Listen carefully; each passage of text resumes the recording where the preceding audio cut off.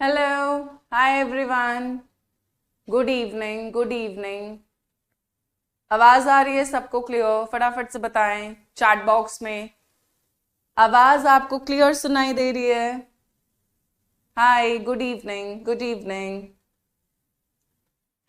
कैसे हैं आप लोग यार? फटाफट बताएं. हेलो, हाय, नमस्ते. Good evening, good evening, good evening. ठीक है. कल की क्लास में हमने ग्रुप 15 में ही क्या करा था? नाइट्रोजन, डाइनाइट्रोजन और उससे रिलेटेड कंपाउंड्स करे थे. आज की क्लास में बेटा हम फॉस्फोरस और उससे रिलेटेड कंपाउंड्स करेंगे और फिर आज की क्लास में हमारा ग्रुप 15 खत्म हो जाएगा और नेक्स्ट क्लास से हम ग्रुप 16 स्टार्ट करेंगे, ऑक्सीजन फैमिली. ठीक है. Good evening, good evening. या happy independence day in advance, क्योंकि कल क्लास नहीं है तो I would not be able to wish you. So yeah, happy Independence Day in advance.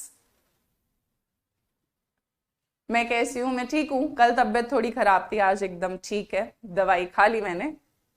I am fine, I am fine. चलिए. अगर हम बात करें, आज का लेक्चर नंबर 3 हो चुका है. अगर किसी ने पुरानी कोई क्लास नहीं अटेंड करी, इट्स कंप्लीटली फाइन यार, क्योंकि ये बिल्कुल ऑल द वे डिफरेंट है टॉपिक, है ना. फॉस्फोरस और उससे रिलेटेड कंपाउंड्स अलग हैं. अगर हम बात करें बेटा एलोट्रोप्स की, एलोट्रोप्स, तो पहले तो एलोट्रोप्स की बात समझते हैं, डेफिनेशन समझते हैं. एलोट्रोप्स क्या होते हैं? Different physical forms, different physical forms of the same element, same element की अलग अलग physical forms, different physical forms of the same element having different physical having. अब क्योंकि ऑब्वियस सी बात है, डिफरेंट फिजिकल फॉर्म है, बॉन्डिंग अलग है, स्ट्रक्चर अलग है, तो इनकी फिजिकल प्रॉपर्टीज क्या होती है? They have different physical properties. Different physical forms of the same element having different physical properties. ठीक है. अब अगर मैं बात करूं फॉस्फोरस के एलोट्रोप्स की, allotropes of phosphorus, allotropes of phosphorus, तो फॉस्फोरस के बेटा 3 एलोट्रोपिक फॉर्म्स होते हैं, 3 एलोट्रोप्स एग्जिस्ट करते हैं. कौन कौन से 3 होते हैं? पहला व्हाइट फॉस्फोरस, दूसरा रेड फॉस्फोरस और तीसरा ब्लैक फॉस्फोरस. तीसरा कौन सा होता है? Black phosphorus. ठीक है. और ब्लैक फॉस्फोरस भी फर्दर दो तरह का होता है, alpha black phosphorus and beta black phosphorus. ठीक है. Alpha black phosphorus and beta black phosphorus. White phosphorus की अगर मैं बात करूं तो व्हाइट फॉस्फोरस क्या होता है? P4. ठीक है. और यहां पर जो होता है डिस्क्रीट, TD का मतलब है tetrahedral unit, discrete tetrahedral unit होती है. और अगर हम यहां पे स्ट्रक्चर बनाए तो व्हाइट फॉस्फोरस इस तरह का होता है, डिस्क्रीट टेट्राहेड्रल यूनिट होती है. और यहां पर जो एंगल होता है वो कितने डिग्री का होता है? 60 डिग्री का होता है, 60 डिग्री का. अब यहां पर क्या होता है? एंगल स्ट्रेन जो होता है वो बहुत हाई होता है. एंगल स्ट्रेन यानी 60 डिग्री का जो एंगल है, तो यहां पर एंगल स्ट्रेन व्हाइट फॉस्फोरस में ड्यू टू एंगल स्ट्रेन. ठीक है. जो व्हाइट फॉस्फोरस होता है, जो व्हाइट फॉस्फोरस होता है वो कैसा होता है? हाईली रिएक्टिव होता है. कैसा होता है? हाईली रिएक्टिव होता है. व्हाइट फॉस्फोरस किस यूनिट में एग्जिस्ट करता है? Discrete tetrahedral unit. यहां पर जो एंगल होता है वो कितने डिग्री का होता है? 60 डिग्री का. 60 डिग्री का जो एंगल होता है वो बहुत ज्यादा स्ट्रेन कॉज करता है मॉलिक्यूल के अंदर, जिसकी वजह से मॉलिक्यूल लेस स्टेबल होगा। स्टेबल अगर कम होगा तो रिएक्टिव क्या होगा, ज्यादा होगा, हाईली रिएक्टिव होता है। और जो मॉलिक्यूल होता है P4 व्हाइट फास्फोरस का, वो कैसा होता है, लेस स्टेबल होता है। तो एंगल स्ट्रेन की वजह से व्हाइट फास्फोरस लेस स्टेबल होता है, हाईली रिएक्टिव होता है। अब आते हैं रेड फास्फोरस। हालांकि इन दोनों के बीच का डिफरेंस भी हम करेंगे। एक बोल रहा है हैप्पी रक्षाबंधन मैम। बेटा रक्षाबंधन अगले हफ्ते भी क्लास होगी तो तुम तब विश कर देना, BR यादव। चलिए, सो अगर हम रेड फास्फोरस की बात करें तो रेड फास्फोरस में क्या होता है, पॉलीमेरिक चेन होती है। पॉलीमेरिक यानी बहुत सारे जो P4 यूनिट्स होते हैं वो लाइन से जुड़े होते हैं। तो यहाँ पे डिस्क्रीट यूनिट नहीं होती, यहाँ पर पॉलीमेरिक चेन होती है। वो पॉलीमेरिक चेन देखिए किस तरह से होती है आपका,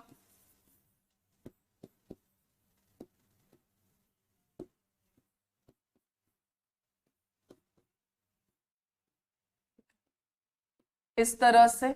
फिर दोबारा आपका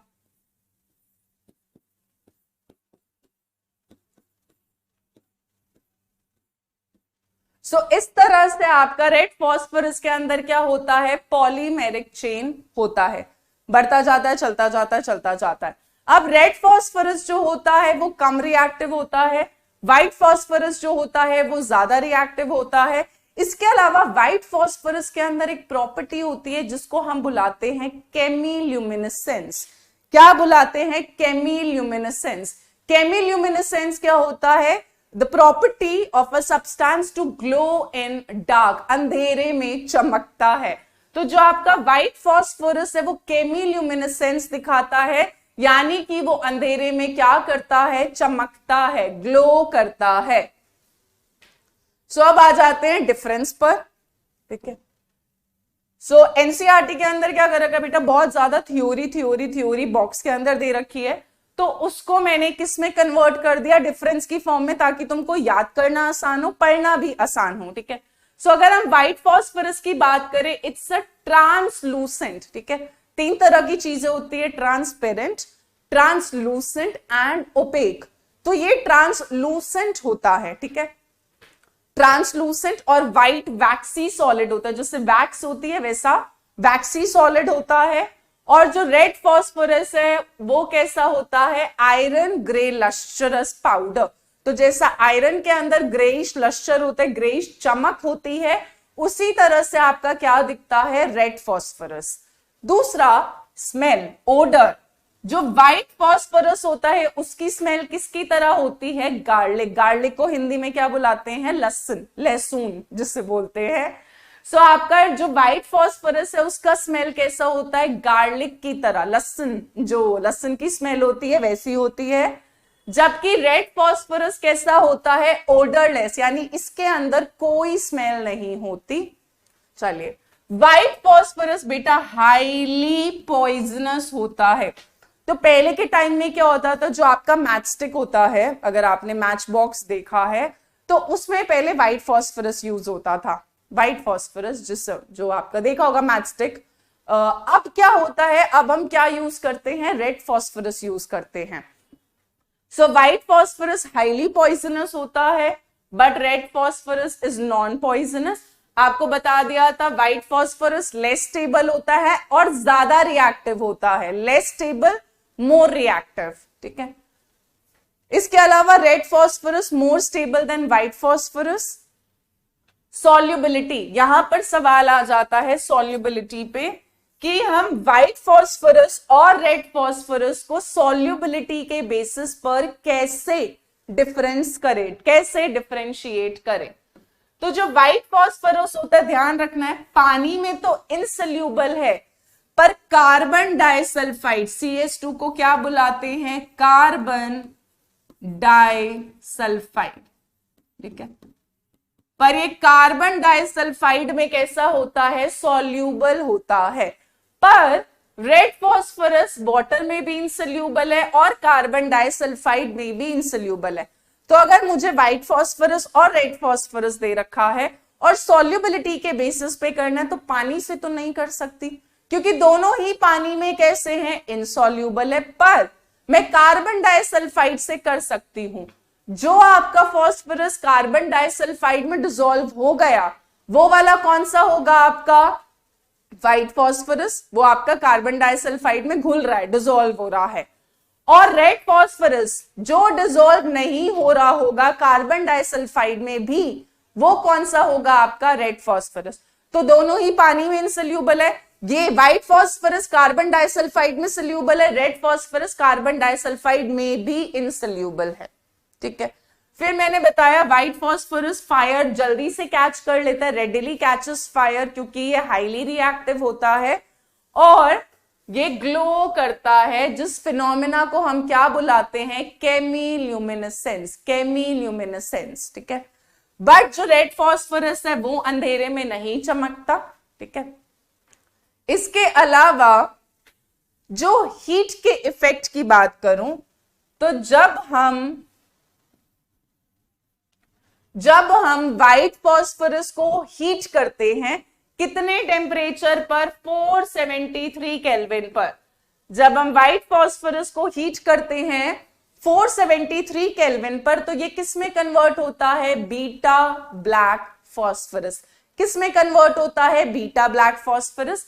बट जब आप व्हाइट फास्फोरस को ही हीट करते हो 573 केल्विन पर, तो व्हाइट फास्फोरस किस में चेंज होता है, रेड फास्फोरस। दोबारा सुनो मैंने क्या बोला, हाँ, व्हाइट फास्फोरस, पलक कुमारी बिल्कुल सही कहा, it dissolves in boiling NaOH, उस पर हम बाद में आएंगे, अभी थोड़ी देर बाद, बस थोड़ी देर बाद। तो जो व्हाइट फास्फोरस है इसको जब हम 473 केल्विन पर हीट करते हैं तो ये किस में चेंज हो रहा है, बीटा ब्लैक फास्फोरस। और व्हाइट फास्फोरस को ही जब आप हीट कर रहे हो कितने पे यार, 573 केल्विन पर, तो व्हाइट फास्फोरस किस में चेंज हो जाता है, रेड फास्फोरस। अब देखो यार, ब्लैक फास्फोरस में मैंने आपको बताया दो तरीके के हैं, अल्फा और बीटा, है ना। बीटा ब्लैक फास्फोरस तो बन गया व्हाइट फास्फोरस को 473 केल्विन पर हीट करके, और 573 केल्विन पर हीट करके हमको क्या मिल जाता है, red phosphorus. But red phosphorus से फर्दर आपको क्या मिलता है, अल्फा ब्लैक फास्फोरस। तो रेड फास्फोरस देता है आपको alpha black phosphorus when heated at 803 kelvin. तो ये जो इतनी सारी कहानी मैंने बोली इसको समझते हैं। मैंने बोला जो आपका व्हाइट फास्फोरस है, ठीक है, P4 लिख देती हूं, व्हाइट फास्फोरस, क्योंकि P4 यूनिट में था, है ना। व्हाइट फास्फोरस को जब हम किस पर हीट कर रहे हैं, 473 केल्विन पर, 473 केल्विन पर करा तो ये किस में चेंज हुआ, अल्फा ब्लैक फास्फोरस। किस में चेंज हुआ, अल्फा ब्लैक फास्फोरस। और व्हाइट फास्फोरस को ही जब आपने हीट करा 573 केल्विन पर, तो ये बेटा किस में चेंज हुआ, रेड फास्फोरस। किस में चेंज हो गया, रेड फास्फोरस। ठीक है, यहां तक। उसके बाद मैंने बोला जब हम रेड फास्फोरस को हीट करते हैं कितने पर, 873 केल्विन, और यहां पर अल्फा ब्लैक नहीं आएगा, यहां पर बीटा ब्लैक आएगा, बीटा ब्लैक। जब हम रेड फास्फोरस को 873 पर करते हैं तो आपको क्या मिलता है, अल्फा ब्लैक फास्फोरस।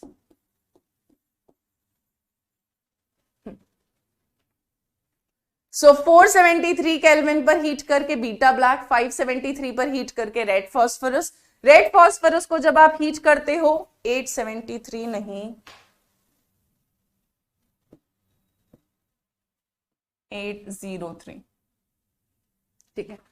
टेम्परेचर है बेटा, एनसीईआरटी में है ये टॉपिक, बट सीबीएसई के अंदर जो ये टॉपिक है वो सीबीएसई बोर्ड से इस साल डिलीट हुआ है। ठीक है, सीबीएसई बोर्ड से डिलीट हुआ है, बट जरूरी नहीं है कि बाकी स्टेट बोर्ड से डिलीट हुआ हो। ठीक है बेटा, अल्फा और बीटा ब्लैक फास्फोरस के फर्दर दो फॉर्म हैं, अल्फा और बीटा ब्लैक फास्फोरस के फर्दर दो फॉर्म हैं। हाँ जी, सो हमने बोला कि व्हाइट फॉस्फोरस को 473 पे करा तो बीटा ब्लैक फॉस्फोरस, 573 पे करा तो आपको क्या मिला, रेड फॉस्फोरस। फिर रेड फॉस्फोरस को 803 केल्विन पर हीट करा तो हमें क्या मिला, अल्फा ब्लैक फॉस्फोरस। ठीक है, अल्फा ब्लैक। तो आपका ब्लैक फॉस्फोरस अल्फा और बीटा दो तरह का है। आपका बीटा ब्लैक फॉस्फोरस तो व्हाइट फॉस्फोरस से ऑब्टेन होता है, बट आपका जो अल्फा ब्लैक फॉस्फोरस है वो किससे ऑब्टेन होता है, आपको रेड फॉस्फोरस से। ठीक है, तो ये सब आपस में इंटरकनेक्टेड है। आपको टेम्परेचर याद होना चाहिए, आपको ये याद होना चाहिए कि कहां से किस पर कितना बना है।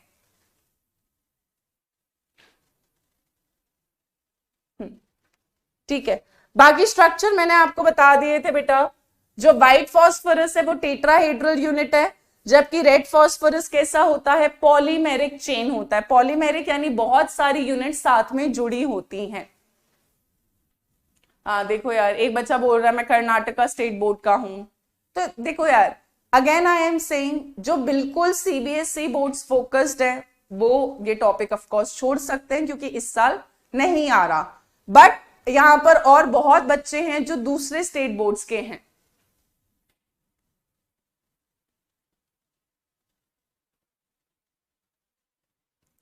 बेटा 673 केल्विन वाली दूसरी चीज है, अभी उस पर आ रहे हैं।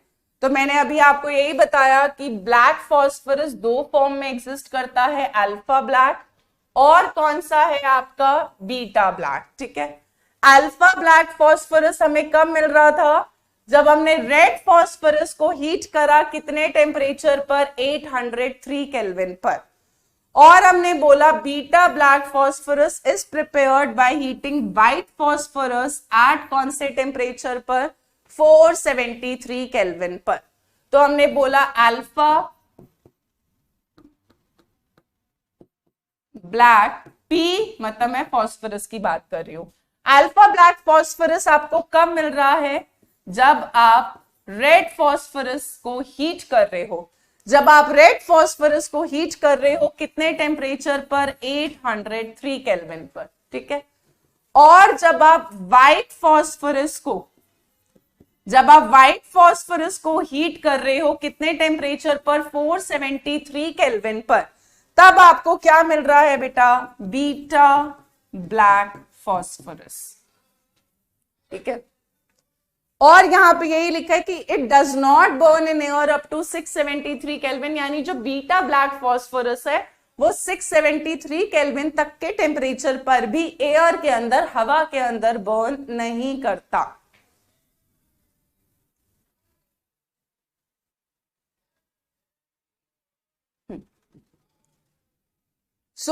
यहां पर हमें कुछ बहुत ज्यादा डिटेल में नहीं करना, हमें फॉस्फोरस के एलोट्रोपिक फॉर्म पता होने चाहिए, कौन कौन से हैं, व्हाइट फॉस्फोरस, रेड फॉस्फोरस, और तीसरा कौन सा हो गया, ब्लैक फॉस्फोरस। उसमें भी फर्दर दो तरह का हो गया, अल्फा और बीटा, अल्फा और बीटा।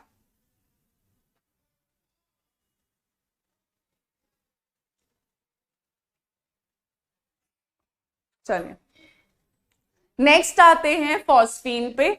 तो फॉस्फीन, पहले तो फॉर्मूले की ही बात करते हैं। फॉस्फीन का फॉर्मूला होता है बेटा PH3। जैसे अमोनिया था NH3, फॉस्फीन क्या होता है, PH3। तो पहले इसकी हम प्रिपरेशन की बात करते हैं।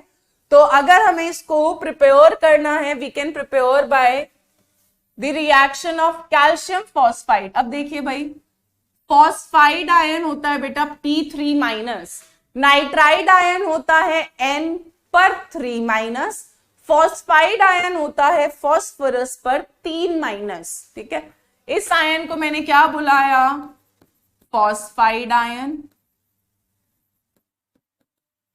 अब कैल्शियम तो हमें पता है कितना होता है, 2+, क्रॉस करोगे तो कैल्शियम फॉस्फाइड का फॉर्मूला क्या आ जाएगा, Ca3P2।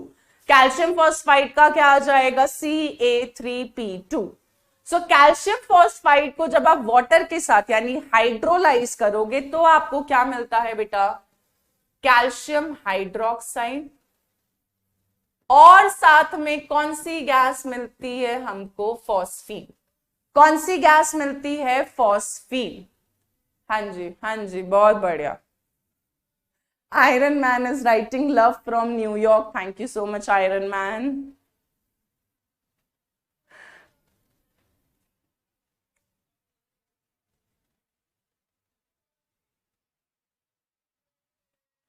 ठीक है, बैलेंस भी कर लेते हैं। कैल्शियम को बैलेंस करने के लिए 3, फॉस्फोरस को बैलेंस करने के लिए 2, हाइड्रोजन हो गया 3 2 6 और 12, 6 2 12, ठीक है, बैलेंस हो गया है।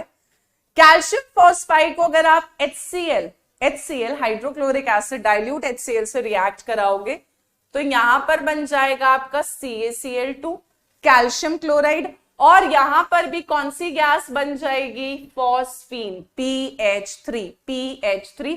इसको भी बैलेंस कर लेते हैं तो इधर कैल्शियम कितना आ जाएगा 3, फॉस्फोरस को बैलेंस करने के लिए 2, 3 2 6 और 6 HCl तो लगा ही हुआ है, ठीक है। अगेन आप रिएक्शन लिख लिख कर करें ताकि आपको यार साथ साथ याद हो सके।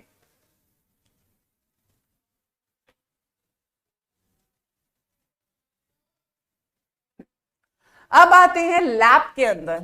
अगर लैब के अंदर बनाना है, जो पलक कुमारी ने बिल्कुल सही बताया था फॉस्फीन के लिए, तो हम लैब प्रिपरेशन में क्या करते हैं, व्हाइट फॉस्फोरस जो हाईली रिएक्टिव था उसको हीट करते हैं in boiling NaOH with N inert atmosphere of CO2।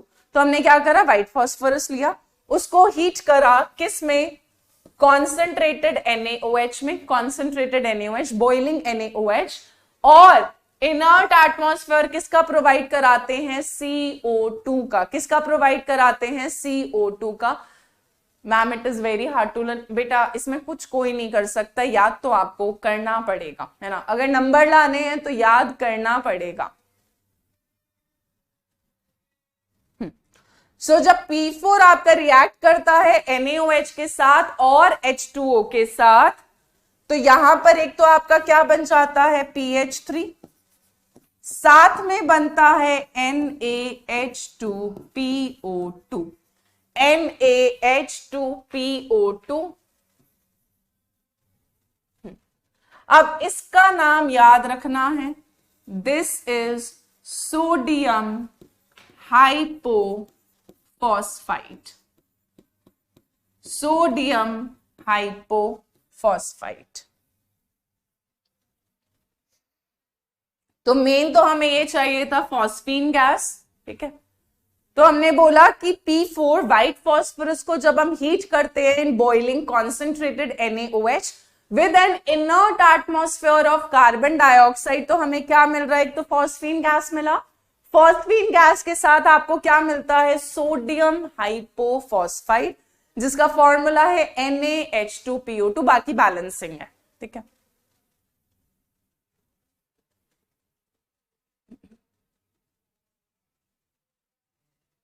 Pushpendra Kumar आपने बिल्कुल ठीक बताया, it is colourless gas with रॉटन fish smell. उस पर अभी आगे आएंगे फिजिकल प्रॉपर्टीज पर, ठीक है। अब क्या है, जब फॉस्फीन प्योर फॉर्म में होती है, बिल्कुल शुद्ध प्योर फॉर्म में होती है, तो ये कैसी होती है, नॉन इन्फ्लेमेबल। अब इन्फ्लेमेबल क्या होता है, वो चीज जो बहुत जल्दी क्या कैच कर ले, फायर। पर जब ये प्योर होता है तो ये क्या होता है, नॉन इन्फ्लेमेबल, यानी प्योर फॉर्म में ये फायर कैच नहीं करता, पर होता क्या है, ये इन्फ्लेमेबल हो जाता है। प्योर फॉर्म में नॉन इन्फ्लेमेबल, इन्फ्लेमेबल का मतलब विच कैचेस फायर इजीली, तो प्योर फॉर्म में ये नॉन इन्फ्लेमेबल होता है, but becomes inflammable when it has the presence of P2H4 और P4 वेपर्स, यानी जब इसके अंदर इम्प्योरिटीज आ जाती हैं ऑफ P2H4 या फिर P4 वेपर्स की, तो ये कैसा हो जाता है, इन्फ्लेमेबल, यानी फिर ये क्या करना स्टार्ट कर देता है, फायर कैच करना स्टार्ट कर देता है। अब होता क्या है कि ऑब्वियस सी बात है यार, इम्प्योरिटी आई, चाहे P2H4 की वेपर्स की आई, चाहे P4 वेपर्स की आई, मुझे तो इम्प्योरिटीज नहीं चाहिए फॉस्फीन के अंदर, तो हम क्या करते हैं, प्योरीफाई करने के लिए, to purify it from impurities, इसको पहले रिएक्शन से समझ लो। तो इम्प्योरिटीज को रिमूव करने के लिए PH3 फॉस्फीन को हम किस में एब्जॉर्ब कराते हैं, HI में, ठीक है। जब हम इसको HI में एब्जॉर्ब कराते हैं तो हमें क्या मिलता है, PH4I। पहला स्टेप ये होता है इंप्योरिटीज हटाने के लिए। इंप्योरिटीज किसकी थी, P2H4 या P4 वेपर्स की।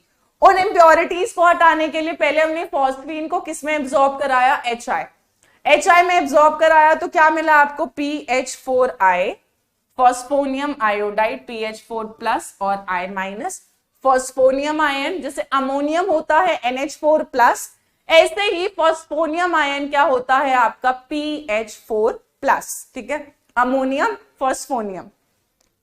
फिर हम क्या करते हैं, ये जो आपका PH4I बना, ये जो आपका PH4I बना, इसको बेटा किससे ट्रीट कराते हैं, KOH से, पोटेशियम हाइड्रोक्साइड से। जब आप इसको पोटेशियम हाइड्रोक्साइड से ट्रीट कराएंगे तो आपको क्या मिल जाता है, PH3, साथ में आपको क्या मिल जाएगा, KI, साथ में आपको क्या मिल जाएगा, H2O। पर अब जो आपको फॉस्फीन मिल रही है ये कैसी हो गई, प्योर हो गई। कैसी हो गई, ये प्योर हो गई, ठीक है। सो इम्प्योर फॉस्फीन को, जिसमें P2H4 या P4 की वेपर्स थी, उसको पहले हमने किस पर एब्जॉर्ब कराया, HI, तो उससे क्या मिला, PH4I, फॉस्फोनियम आयोडाइड। फिर इसको फर्दर किससे ट्रीट कराया, KOH, तो फिर से हमें फॉस्फीन मिला, KI मिला और पानी मिला। बट जो अब फॉस्फीन मिली है वो आपको कैसी मिली है, प्योर मिल गई। चलिए अब आते हैं इसकी प्रॉपर्टीज पर। जो फॉस्फीन है बेटा वो कैसा गैस होता है, कलरलेस गैस, के दिखता नहीं है, पर इसकी जो स्मेल होती है वो रॉटन फिश स्मेल। रॉटन का मतलब होता है खराब, सड़ा हुआ, तो रॉटन फिश स्मेल यानी बहुत ही गंदी स्मेल होती है, रॉटन फिश स्मेल। इसके अलावा ये जो गैस होती है बेटा ये हाईली पॉइजनस होती है, highly poisonous. Phosphine is considered as one of the most poisonous gases, ठीक है। जो फॉस्फीन होता है वो हाईली पॉइजनस होता है, हाईली टॉक्सिक होता है।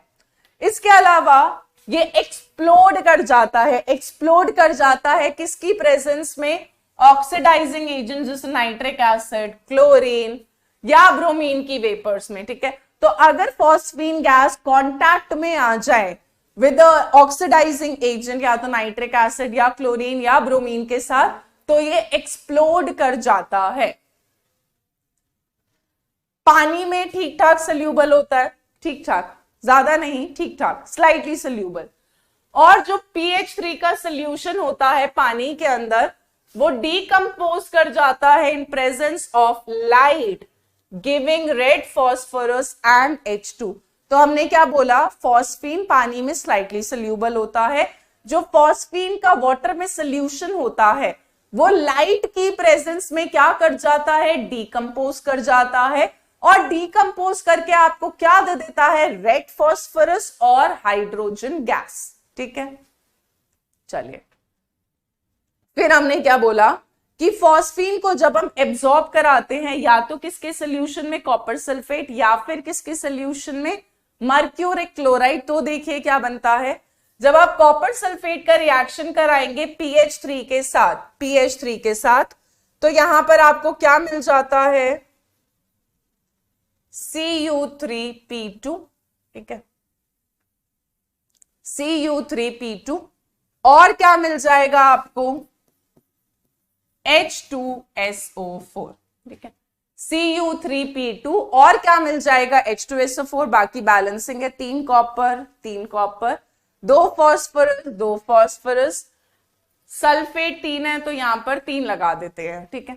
तो हमने क्या कहा, जब हमने कॉपर सल्फेट के सोल्यूशन में फॉस्फीन को एब्जॉर्ब कराया तो आपको कॉरेस्पॉन्डिंग फॉस्फाइड मिल रहा है, कॉरेस्पॉन्डिंग फॉस्फाइड। तो यहां पे आपको कॉपर का फॉस्फाइड मिला। कैसे ये फॉर्मूला आया ये भी देखें।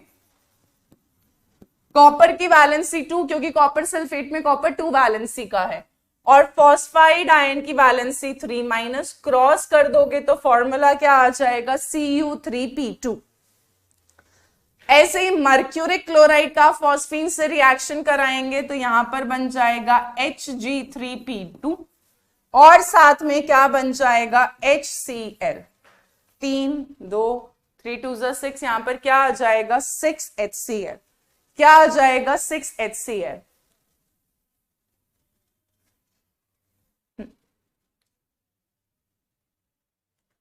बेटा it is not out of syllabus, this is a part of NCERT. No doubt ये आपका इस साल बोर्ड में सीबीएसई में नहीं आ रहा, बट ये बाकी स्टेट बोर्ड्स में आ रहा है। एंड एनसीईआरटी वाला will cater the whole NCERT, ठीक है, will cater the whole NCERT, आपको पूरा एनसीईआरटी पढ़ाया जाएगा। Palak Priya very nice. Phosphine is used in smoke screens, उस पे आगे आएंगे अभी, ठीक है। इसके अलावा फॉस्फीन जो होता है वो वीकली बेसिक होता है। वीकली बेसिक यानी वीक बेस होता है, जैसा अमोनिया था हल्का वीक बेस था, पूरी तरह आपको OH माइनस में डिसोसिएट नहीं होता था, ऐसे ही phosphine is also weakly basic like ammonia. और जब हम फॉस्फोनियम कंपाउंड्स, मतलब जब हम फॉस्फीन का रिएक्शन कराते हैं, अब हमने बोला फॉस्फीन कैसा है बेस, HBr हाइड्रोब्रोमिक एसिड, ये है एसिड, ये दोनों रिएक्ट करेंगे तो याद करें कल की क्लास में हमने पढ़ा था NH3 प्लस HCl, NH4Cl मिल रहा था। ऐसे ही PH3 प्लस HBr मिलकर आपको क्या दे देंगे, PH4Br, क्या दे देंगे आपको, PH4Br। और इस कंपाउंड का नाम क्या हो जाएगा, फॉस्फोनियम ब्रोमाइड। क्या हो जाएगा, फॉस्फोनियम ब्रोमाइड।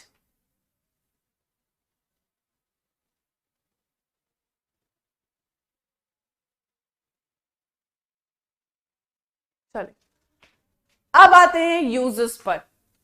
तो आपका क्या है, इसका यूज पे बहुत बार सवाल आता है, ऑब्जेक्टिव क्वेश्चन भी बहुत बार आता है, कॉम्पिटिटिव एग्जाम्स में भी फॉस्फीन के इस यूज पर बहुत बार सवाल आ रखा है। तो होता क्या है कि जब हम फॉस्फीन का स्पॉन्टेनियस कंबशन कराते हैं, स्पॉन्टेनियस का मतलब जो खुद से कंबशन होता है, तो वो जो स्पॉन्टेनियस कंबशन ऑफ फॉस्फीन होता है वो कौन से सिग्नल्स में यूज होता है, हॉल्म्स सिग्नल्स। कौन से सिग्नल्स में यूज होता है, हॉल्म्स सिग्नल्स। अब हॉल्म्स सिग्नल्स में कैसे यूज होता है वो समझना है। तो होता क्या है कि जो कंटेनर्स होते हैं उनके अंदर हमने क्या डाल रखा होता है, कैल्शियम फॉस्फाइड और कैल्शियम कार्बाइड, ठीक है।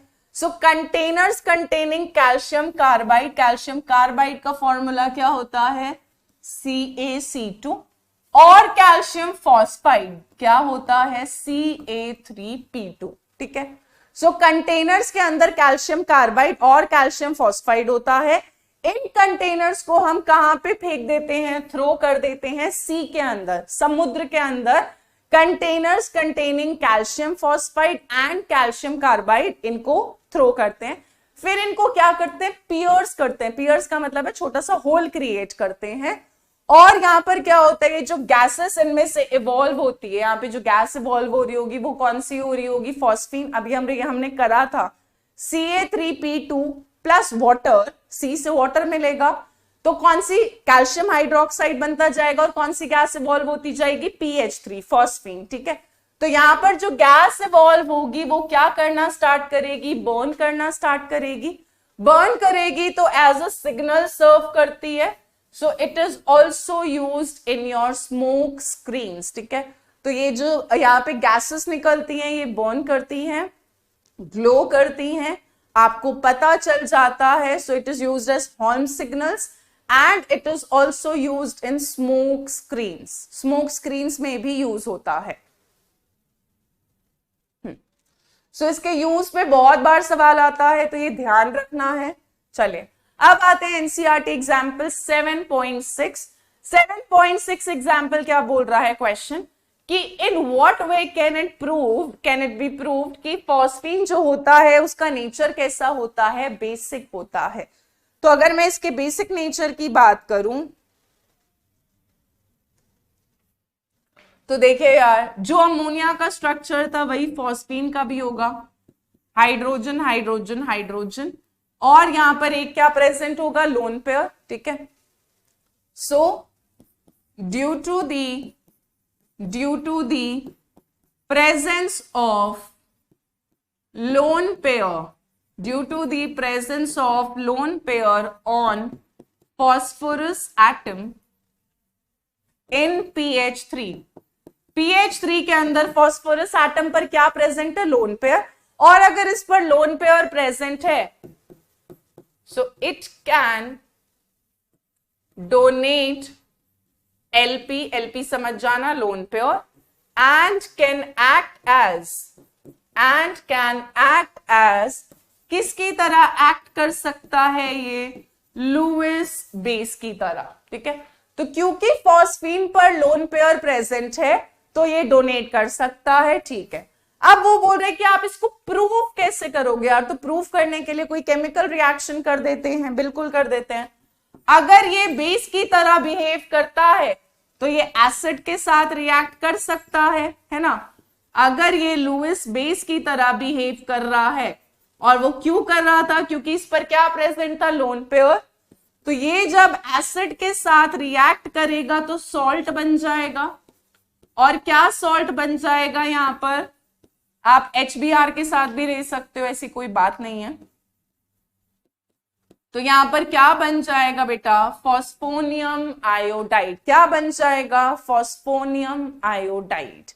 सो दिस रिएक्शन शोज कि जो फॉस्फीन है वो कैसे नेचर में है, बेसिक नेचर का है।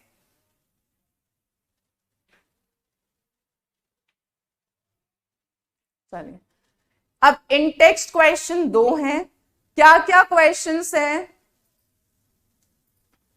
पहला है bond angle in pH4+ is higher than that in pH3, why, ऐसा क्यों है।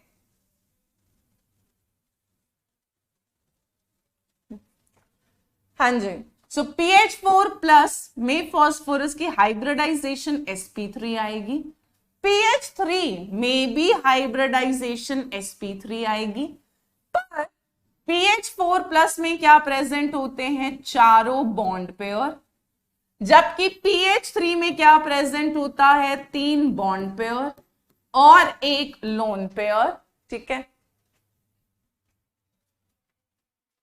सो pH4+ जो होता है वो कैसा होता है आपका, टेट्राहेड्रल होता है। ये कौन सी शेप का होता है, टेट्राहेड्रल शेप का। ज्योमेट्री भी टेट्राहेड्रल होती है और शेप भी टेट्राहेड्रल होती है, जिसकी वजह से यहां पर जो बॉन्ड एंगल होगा, यहां पर जो बॉन्ड एंगल होगा वो आपका कितना होगा, 109.5 डिग्री। बोलो यार 109.5 डिग्री, ठीक है। बट फॉस्फीन के केस में क्या हो जाएगा यार, 3 बॉन्ड पेयर और 1 लोन पेयर रिपल्शन की वजह से इसकी शेप कैसी होगी, पिरामिडल। और आपको मैंने कल की क्लास में भी बताया था बेटा, जब बॉन्ड पेयर और लोन पेयर प्रेजेंट हो तो बॉन्ड पेयर लोन पेयर में क्या होना स्टार्ट हो जाता है, रिपल्शन। रिपल्शन होगा तो बॉन्ड अंदर की तरफ खिसक जाते हैं, जो लोन पेयर होता है वो रिपल्शन दे रहा होता है बॉन्ड पेयर को, तो बॉन्ड पेयर उससे दूर जाना चाहेंगे तो वो अंदर की तरफ खिसक जाते हैं, जिसकी वजह से pH3 में क्या हो जाता है, बॉन्ड एंगल क्या कर जाता है, डिक्रीज हो जाता है, डिक्रीजेस। क्यों डिक्रीज होता है, due to bond pair lone pair repulsion.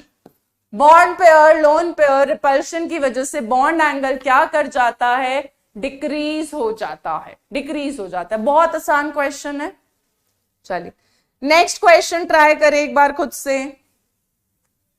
What is formed when pH3 reacts with an acid? यार अभी अभी 2 बार कर चुके हैं हम सेम क्वेश्चन।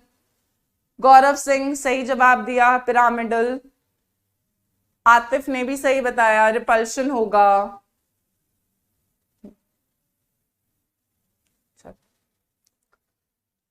हाँ जी, अगर हम pH3 का एसिड के साथ रिएक्शन करेंगे, pH3 का एसिड के साथ रिएक्शन करेंगे तो अब देखिए भाई, अभी अभी बताया ये कैसा बिहेव कर रहा है, लुइस बेस। अगर आप इसका एसिड के साथ रिएक्ट करेंगे तो क्या बन जाएगा, सॉल्ट बन जाएगा। तो यहां पे सॉल्ट बन जाएगा, और ये जो सॉल्ट है वो क्या है आपका, फॉस्फोनियम आयोडाइड।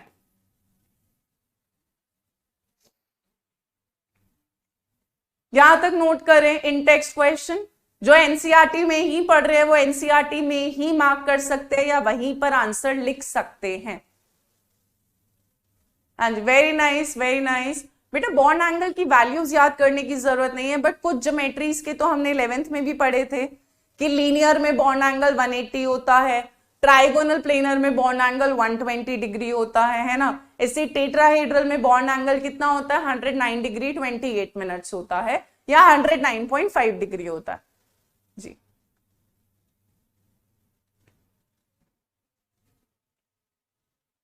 सॉल्ट बनेगा, सॉल्ट फॉर्म होगा, पीताम्बर ने सही जवाब दिया है, धनंजय ने भी ठीक दिया। अगर आप बेटा HCl लेते हो तो PH4Cl, HBr लेते हो तो PH4Br, HI लेते हो तो PH4I, ठीक है, वो आपके ऊपर है कि आप कौन सा एसिड ले रहे हैं। चलिए नेक्स्ट क्वेश्चन फटाफट से बताएं, ये भी बहुत बार आता है। This has also been asked lot of times, बहुत बार पूछा गया है। अब क्या बोल रहा है कि जब आप व्हाइट फॉस्फोरस को ट्रीट कराते हो विद बॉइलिंग NaOH, ठीक है, कॉन्सेंट्रेटेड NaOH का मतलब है कि NaOH ज्यादा अमाउंट में होगा, पानी कम अमाउंट में होगा, ठीक है, और इनर्ट एटमॉस्फेयर है CO2 का, तो आपको क्या मिलेगा, एक तो PH3 मिलेगा फॉस्फीन, और साथ में क्या मिलेगा आपको NaH2PO2, जिसका नाम क्या था, सोडियम हाइपोफॉस्फाइड, सोडियम हाइपोफॉस्फाइड। बाकी बैलेंस कर लेते हैं, इधर 4 फॉस्फोरस, इधर 1, तो इधर 3 सोडियम लगाया, तो इधर 3 ऑक्सीजन और 1 4, 3 2 6,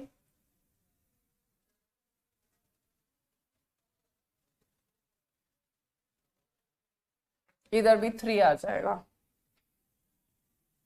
है ना। 3 और 3 6, 3 9 हाइड्रोजन, 3 और 3 6 9 हाइड्रोजन, 3 सोडियम 3 सोडियम, 3 और 3 6 ऑक्सीजन 6 ऑक्सीजन, ठीक है।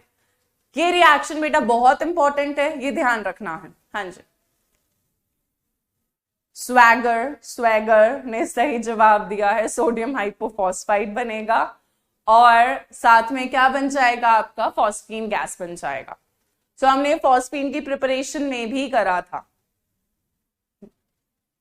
हाँ बेटा, रिएक्शन आप चाहो तो आप थ्योरी लिख सकते हो, पूरी थ्योरी लिखनी हो तो हम क्या लिखेंगे कि when white phosphorus is heated, शुरू की कहानी तो सवाल से उतार देना अगर सब्जेक्टिव है। So when white phosphorus is heated with concentrated NaOH solution in an inert atmosphere of CO2, it gives phosphine gas and sodium hypophosphite। और फिर रिएक्शन लिख देना। हाँ जी, पूरा रिएक्शन याद करना पड़ेगा, आधा थोड़ा ना याद करोगे कि PH3 तक कर लिया और सोडियम हाइपोफॉस्फाइड को छोड़ दिया। यहां तक नोट करें, 2-3 बार बेटा साथ साथ रिएक्शन लिखते जाओगे तो आपको याद भी होता जाएगा।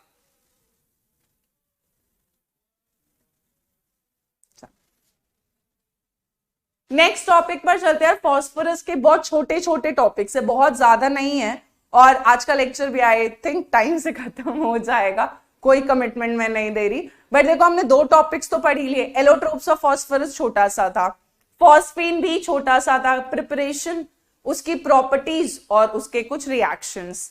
अब आ जाते हैं फॉस्फोरस की हेलाइड्स पर, ठीक है। तो फॉस्फोरस डिफरेंट तरह की हेलाइड्स बनाता है, 2 अगर मैं वैलेंसी की बात करूं तो, क्योंकि फॉस्फोरस 2 वैलेंसी दिखा सकता है, 3 और 5 भी, तो वो 2 तरह के हेलाइड्स बना सकता है, PX3 ट्राइहेलाइड और PX5 पेंटाहेलाइड, जहां पर X हो सकता है फ्लोरीन, क्लोरीन, ब्रोमीन, आयोडीन, ठीक है।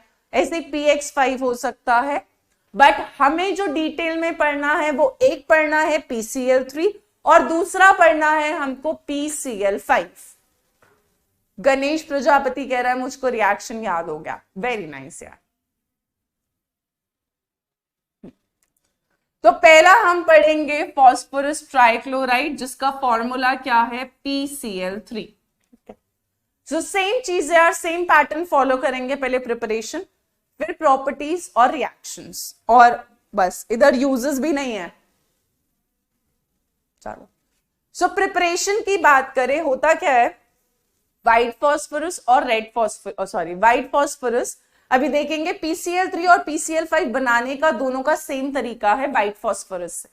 बट होता क्या है, PCl3 में अब देखो यार क्लोरीन का नंबर कम है, याद करने का तरीका है, तो यहां पर जो क्लोरीन का अमाउंट होता है वो लिमिटेड होता है, बट जब हम PCl5 बनाएंगे तो वहां पे हम क्लोरीन एक्सेस में लेते हैं। सो जब हम P4 को, व्हाइट फॉस्फोरस को, ठीक है, व्हाइट फॉस्फोरस को हीट करते हैं with dry chlorine, dry chlorine का मतलब क्लोरीन गैस होना चाहिए, मॉइस्ट क्लोरीन नहीं होना चाहिए। तो P4 को आप Cl2 से रिएक्ट कराओगे तो आपको क्या मिल जाएगा, PCl3। बैलेंस करने के लिए 4 4 3 12 6 2 12। तो पहला तो हो गया, बहुत आसान सा रिएक्शन है, P4 plus Cl2 giving you PCl3, बाकी बैलेंसिंग। यहां पर जो क्लोरीन है वो लिमिटेड अमाउंट में होता है। चलिए, सेकेंड है, it is also obtained by the action of thionyl chloride, जो हम ऑर्गेनिक में भी पढ़ेंगे। थायोनाइल क्लोराइड क्या होता है बेटा, SOCl2। सो जब आप P4 का रिएक्शन कराते हैं SOCl2 के साथ, तो आपको यहां पर क्या मिलता है, एक तो PCl3 मिल गया, ठीक है, मेन तो हमको PCl3 ही चाहिए।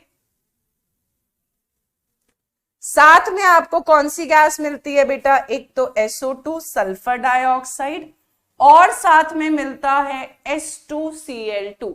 H2Cl2 का नाम होता है डाइसल्फर डाइक्लोराइड, डाइसल्फर डाइक्लोराइड। अब बैलेंस कर लेते हैं यार, 4 फॉस्फोरस के लिए इधर 4 4 3 12 क्लोरीन, 8 2 16, 12 हो गई, 4 बची है तो इधर लगा देती हूं 2, है ना, और 2 और 2 4 सल्फर, इधर 8 है तो इधर कितना आ जाएगा 4, ठीक है। सो PCl3 बनाने का एक तरीका और हमने क्या करा कि हमने व्हाइट फॉस्फोरस को किससे रिएक्ट कराया, सल्फोनाइल क्लोराइड SOCl2 से, तो हमें मेन प्रोडक्ट मिला PCl3, बाकी साइड प्रोडक्ट है SO2 मिला, और क्या मिल रहा है आपको, H2Cl2।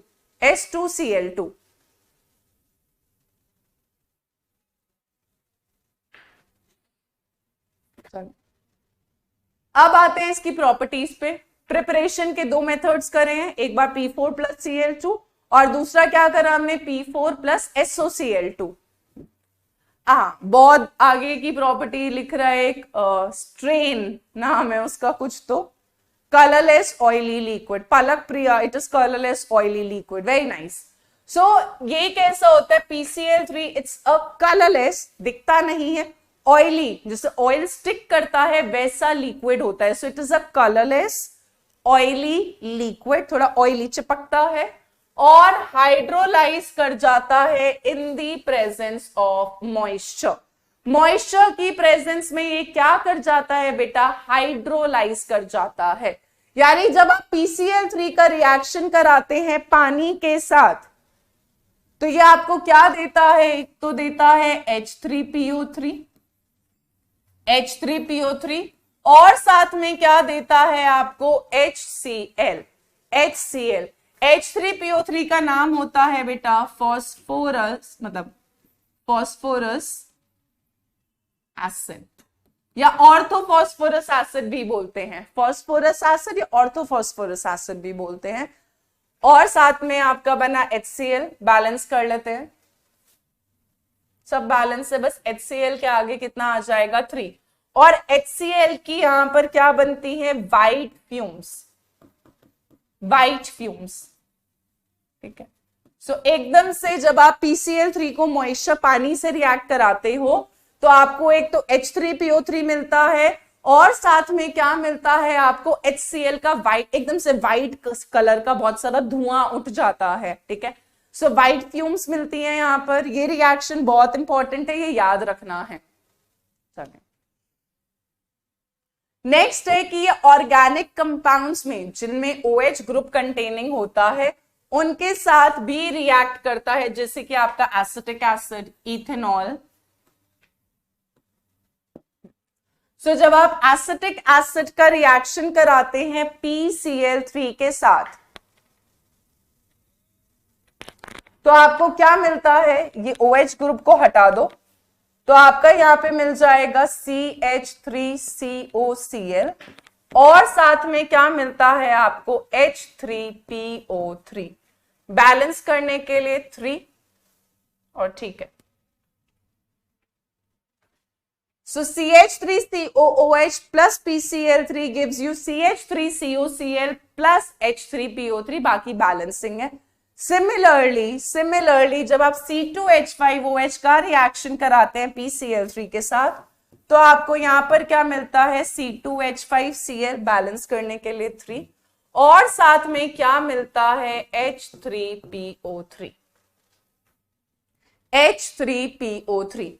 तो जो ऑर्गेनिक कंपाउंड्स हैं विच कंटेन OH ग्रुप, जैसे कि एसिटिक एसिड या इथेनॉल, उनमें OH ग्रुप किससे रिप्लेस हो जाता है, आपका Cl से, और बाकी साइड प्रोडक्ट्स है।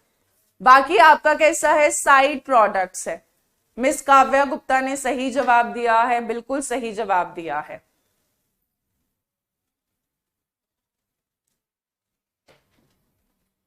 यहां तक नोट करें फटाफट से। अब PCl3 के अगर मैं स्ट्रक्चर की बात करूं तो it's somewhat similar to PH3 का स्ट्रक्चर, ठीक है। तो PCl3 में अगर हम बात करें तो यहां पर अगर आप फास्फोरस की हाइब्रिडाइजेशन निकालोगे बेटा, हाइब्रिडाइजेशन sp3 ही होगा, पर यहां पे क्या प्रेजेंट होगा, 3 बॉन्ड पेयर और 1 लोन पेयर, ठीक है। 3 bond pair, 1 lone pair. Geometry तो क्या होगी, ज्योमेट्री तो इसकी टेट्राहेड्रल होगी, पर शेप तो टेट्राहेड्रल नहीं हो पाएगी। क्यों नहीं हो पाएगी, क्योंकि bond pair lone pair repulsion होगा। तो इसकी शेप किस में चेंज हो जाती है, पिरामिडल या फिर ट्राइगोनल पिरामिडल बोल सकते हो, ठीक है। सो इसकी शेप कैसी होती है, it is pyramidal in shape with the hybridisation of sp3।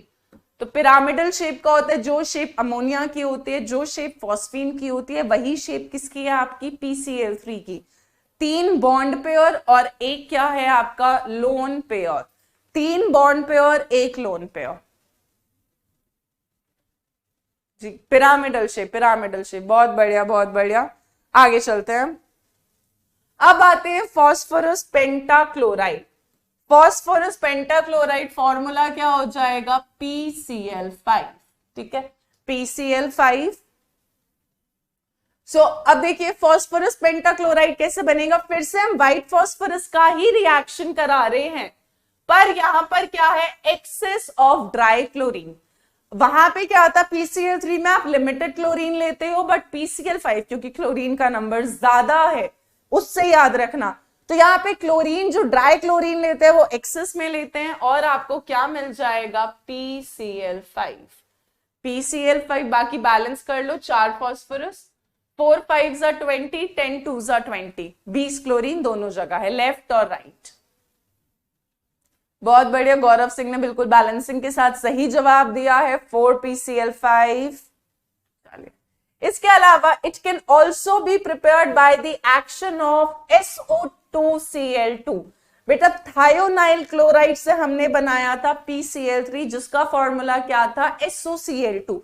SO2Cl2 का नाम क्या होता है, it is sulphuryl, sulphuryl chloride. क्या नाम है इसका, सल्फ्यूराइल क्लोराइड। ये छोटी छोटी सी चीजें हैं जो अभी ध्यान रहेगी तो ऑर्गेनिक में भी काम आएगी, ठीक है, ऑर्गेनिक में भी यूज करेंगे हम ये सारी चीजें। अब देखिए, आप जब व्हाइट फॉस्फोरस का रिएक्शन करा रहे हैं किसके साथ, विद सल्फ्यूराइल क्लोराइड,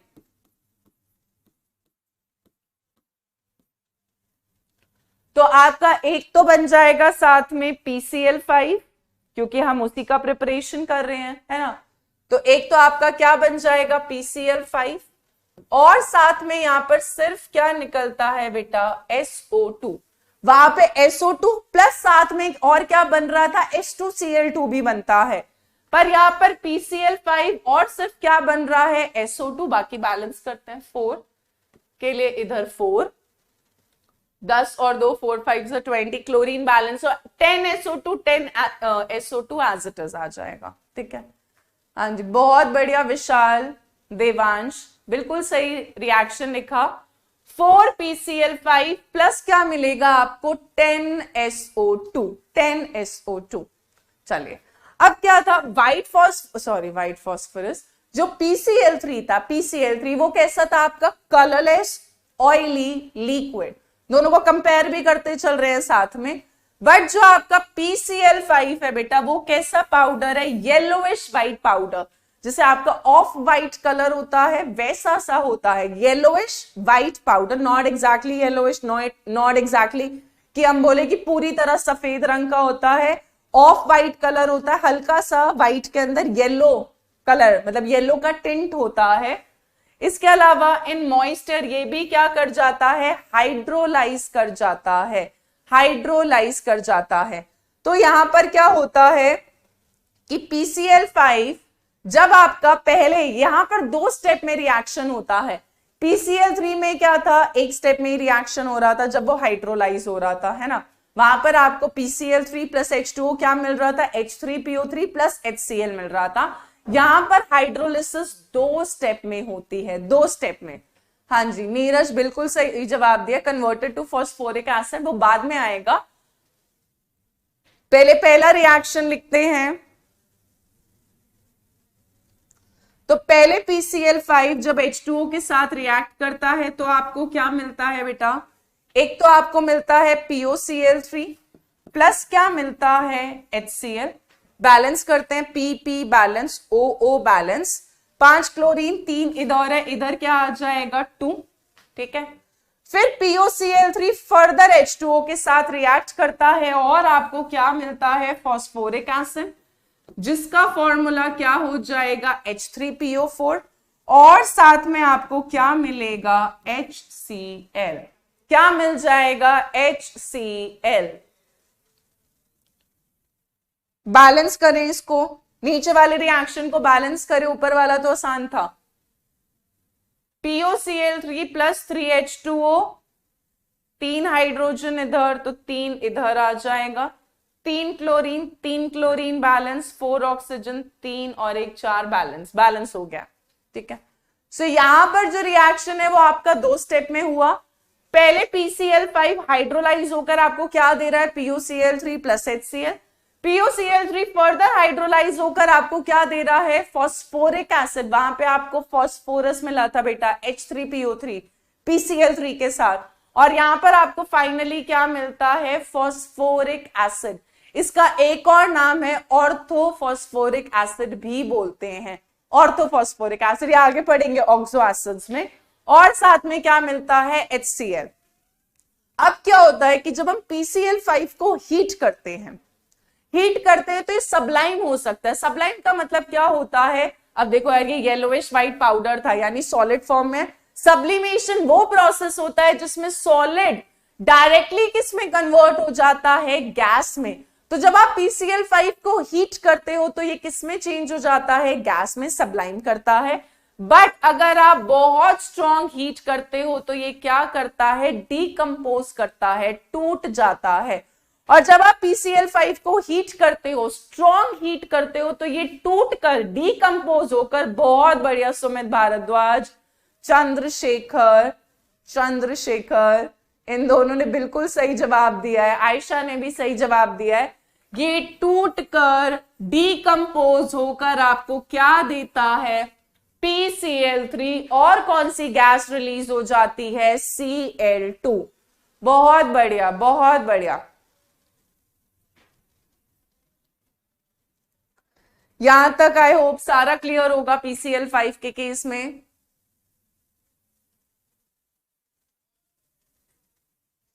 यहां तक फटाफट से नोट करें।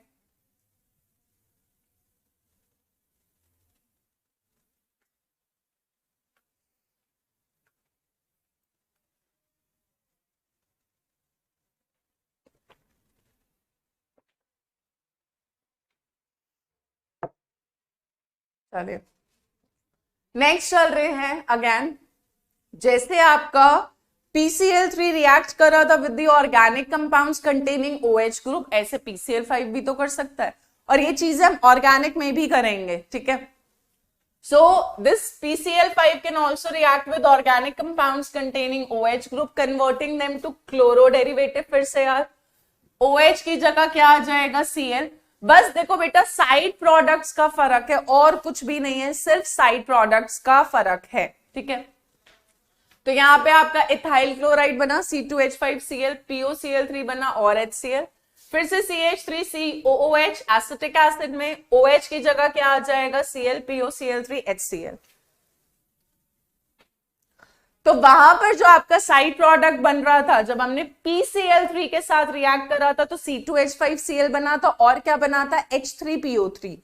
पर यहां पर क्या बन रहा है आपका POCl3 plus HCl, POCl3 plus HCl, ठीक है। मेन प्रोडक्ट सेम है, साइड प्रोडक्ट डिफरेंट है।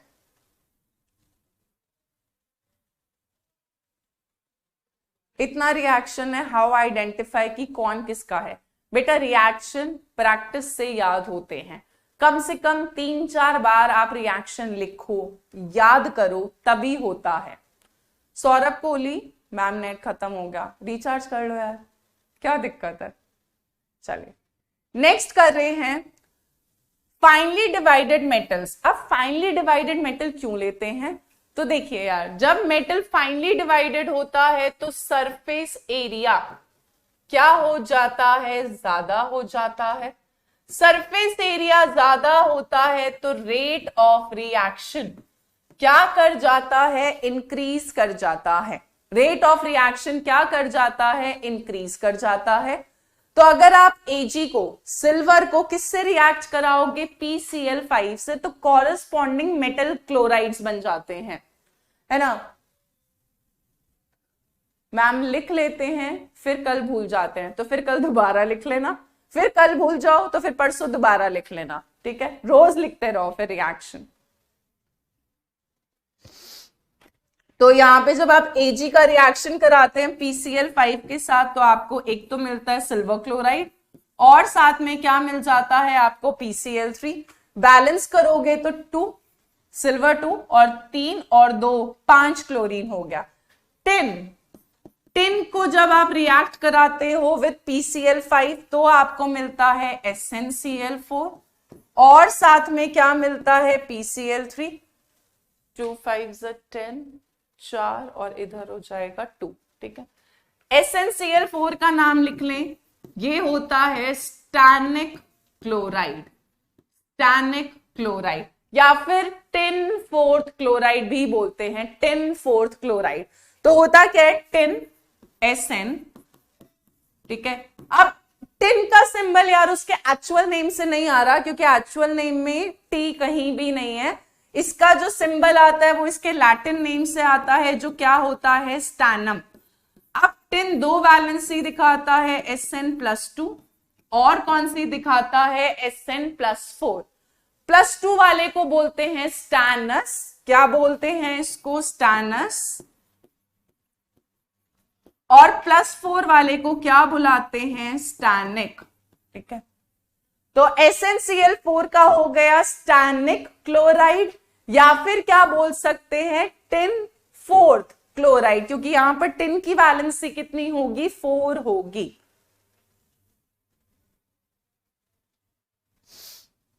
चलिए इसके अलावा it is used in the synthesis of some organic compounds, जो हमने कर ही लिया, C2H5Cl बनाने के लिए यूज हो रहा है, CH3COCl बनाने के लिए यूज हो रहा है। तो आपका PCl3 PCl5 दोनों ही ऑर्गेनिक कंपाउंड्स के डेरिवेटिव्स, ठीक है, क्लोरो डेरिवेटिव्स बनाने के लिए यूज हो रहे हैं।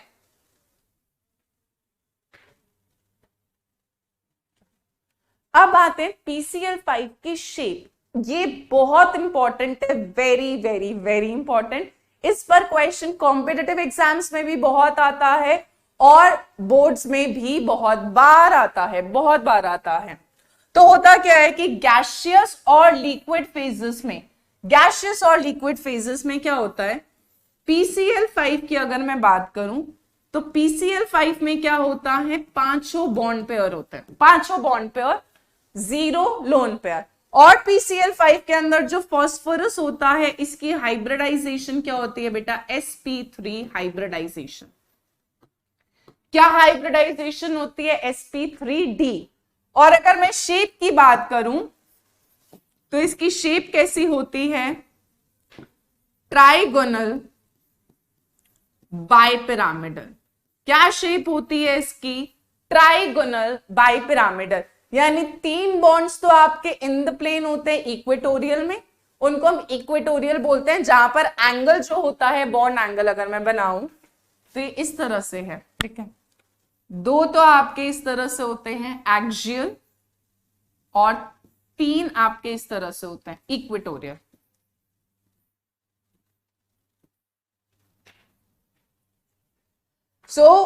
जो ये 3 बॉन्ड्स हैं ये इक्वेटोरियल वाले, यहां पर बॉन्ड एंगल कितना होता है 120 डिग्री का, एक ऊपर और एक नीचे होता है, यहां पर बॉन्ड एंगल कितना होता है 90 डिग्री का, 90 डिग्री। तो 3 इक्वेटोरियल होते हैं, 2 एक्सियल होता है, यानी अबव एंड बिलो। अब होता क्या है कि हम ये सोचते हैं कि PCl5 के अंदर जो 5 PCl बॉन्ड लेंथ होगी वो बराबर होगी, पर ऐसा नहीं होता। ऐसा नहीं होता, क्यों नहीं होता? अब देखो यार, हमें पता है भले ही 5 बॉन्ड पेयर है, पर बॉन्ड पेयर में भी तो रिपल्शन होगा। सबसे ज्यादा लोन पेयर, फिर लोन पेयर बॉन्ड पेयर। अब अगर बॉन्ड पेयर ही है तो बीपी रिपल्शन तो होगा।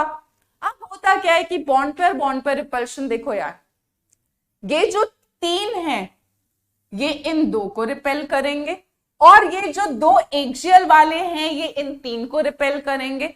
आप मुझे बताइए 3 2 पर भारी पड़ेगा या 2 3 पर भारी पड़ेंगे? जल्दी बताओ यार, 3 2 पर भारी पड़ेंगे या 2 3 पर भारी पड़ेंगे?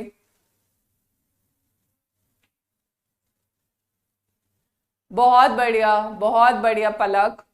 एक्सियल बॉन्ड जो है, होता क्या है, जो 3 इक्वेटोरियल वाले बॉन्ड्स होते हैं, जो 3 इक्वेटोरियल, ये जो 3 इक्वेटोरियल बॉन्ड्स होते हैं, ठीक है, they give more repulsion, they give more repulsion to 2 axial bonds, ठीक है। ये जो 3 इक्वेटोरियल वाले होते हैं ये इन 2 एक्सियल वालों को ज्यादा रिपेल करते हैं। हाँ बिल्कुल, 3 2 पर भारी पड़ेंगे। तो होता क्या है, क्योंकि एक्सियल वालों को ज्यादा रिपल्शन मिलता है, एक्सियल वालों को ये 2 को ये 3 ज्यादा रिपेल करते हैं। अब यार ज्यादा रिपल्शन मिलेगा तो कहेगा भाई मैं दूर चला जाता हूं, दूर जाऊंगा कम से कम तो मुझे रिपल्शन कम मिलेगा। तो जो एक्सियल ऊपर और नीचे 90 डिग्री वाले होते हैं ये क्या हो जाते हैं, एक्सटेंड, एलोंगेट, खिंच जाते हैं। यानी यहां पर बॉन्ड लेंथ क्या कर जाती है, इंक्रीज कर जाती है। तो ये याद रखना है, यहां पे यही लिखा है कि the 3 equatorial PCl bonds are equivalent, ये 3 बराबर होते हैं और ये 2 बराबर होते हैं, पर जो एक्सियल वाले होते हैं उनकी बॉन्ड लेंथ ज्यादा होती है। किससे ज्यादा होती है, इक्वेटोरियल वालों से, ठीक है। वाइल द 2 एक्सियल बॉन्ड्स, ठीक है, तो याद रखें जो 2 एक्सियल PCl बॉन्ड्स है, ठीक है, they are longer than 3 equatorial PCl bonds, ठीक है। तो जो एक्सियल वाले होते हैं उनकी बॉन्ड लेंथ ज्यादा होती है, उनकी आपस में तो बराबर है पर इक्वेटोरियल वाले से ज्यादा होती है, ठीक है। तो PCl5 के अंदर 5 बॉन्ड लेंथ बराबर नहीं होती, 3 की बराबर होती है आपस में और 2 की बराबर होती है आपस में। एक्सियल वाले की बॉन्ड लेंथ ज्यादा होती है और एक्सियल वाले की बॉन्ड लेंथ कितनी होती है यार, जो एक्सियल वाले PCl बॉन्ड है यहां पर बॉन्ड लेंथ कितनी है, 240 पिकोमीटर। कितनी है, 240 पिकोमीटर। जबकि इक्वेटोरियल वाले जो PCl बॉन्ड्स है यहां पर बॉन्ड लेंथ कितनी है, 202 पिकोमीटर। यानी ये जो एक्सियल वाले हैं 202, इस वाले की भी कितना होगा, 202, पर जो आपके ये इक्वेटोरियल वाले हैं इनका कितना है, सॉरी उल्टा लिख दिया है ना,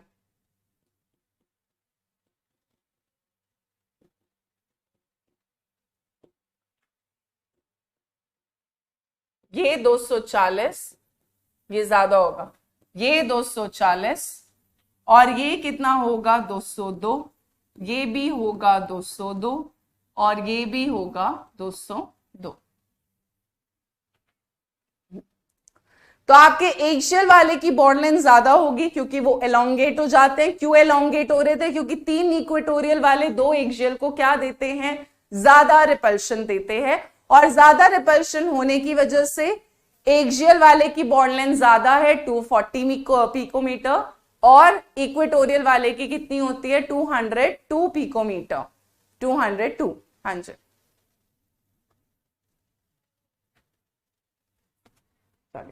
अब ये तो एनसीईआरटी के अंदर दिया, तो हमने बोला PCl5 जो है वो गैसियस और लिक्विड फेज में तो आपका इस शेप में एग्जिस्ट करता है, जो शेप कौन सी है आपकी, ट्राइगोनल बाइपिरामिडल। हाँ बेटा, this is same for PBr5 also, but bond length अलग होगी, बट सेम कहानी होगी, वहां पे भी एक्सियल वाले की बॉन्ड लेंथ ज्यादा होगी, इक्वेटोरियल वाले की कम होगी, ठीक है।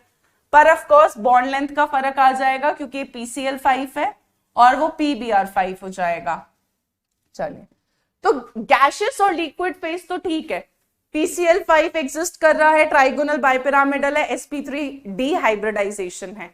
पर अब क्या है यार, सॉलिड स्टेट भी तो है, सॉलिड स्टेट कहां जाएगा, तो याद रखें सॉलिड स्टेट के अंदर, सॉलिड स्टेट के अंदर PCl5 एग्जिस्ट करता है, PCl5 एग्जिस्ट करता है एज PCl4+ एंड PCl6-, ठीक है। ये एनसीईआरटी के अंदर नहीं दे रखा, बट एडिशनल इंफॉर्मेशन है क्योंकि हम एनसीईआरटी तो पूरा कवर कर ही रहे हैं, बट छोटी मोटी और चीजें जो आगे पूछी जा सकती हैं कहीं ना कहीं और एग्जाम में, तो वो भी आपका यही कवर हो जाए, ठीक है। सो PCl5 सॉलिड स्टेट में, बेटा अगर सॉलिड स्टेट में पूछ रहा है तो किस में एग्जिस्ट करता है, PCl4+ एंड PCl6-, जहां पे PCl4+ जो होता है वो कौन सी शेप में होता है, टेट्राहेड्रल, और जो PCl6- होता है ये कौन सी शेप में होता है, ऑक्टाहेड्रल।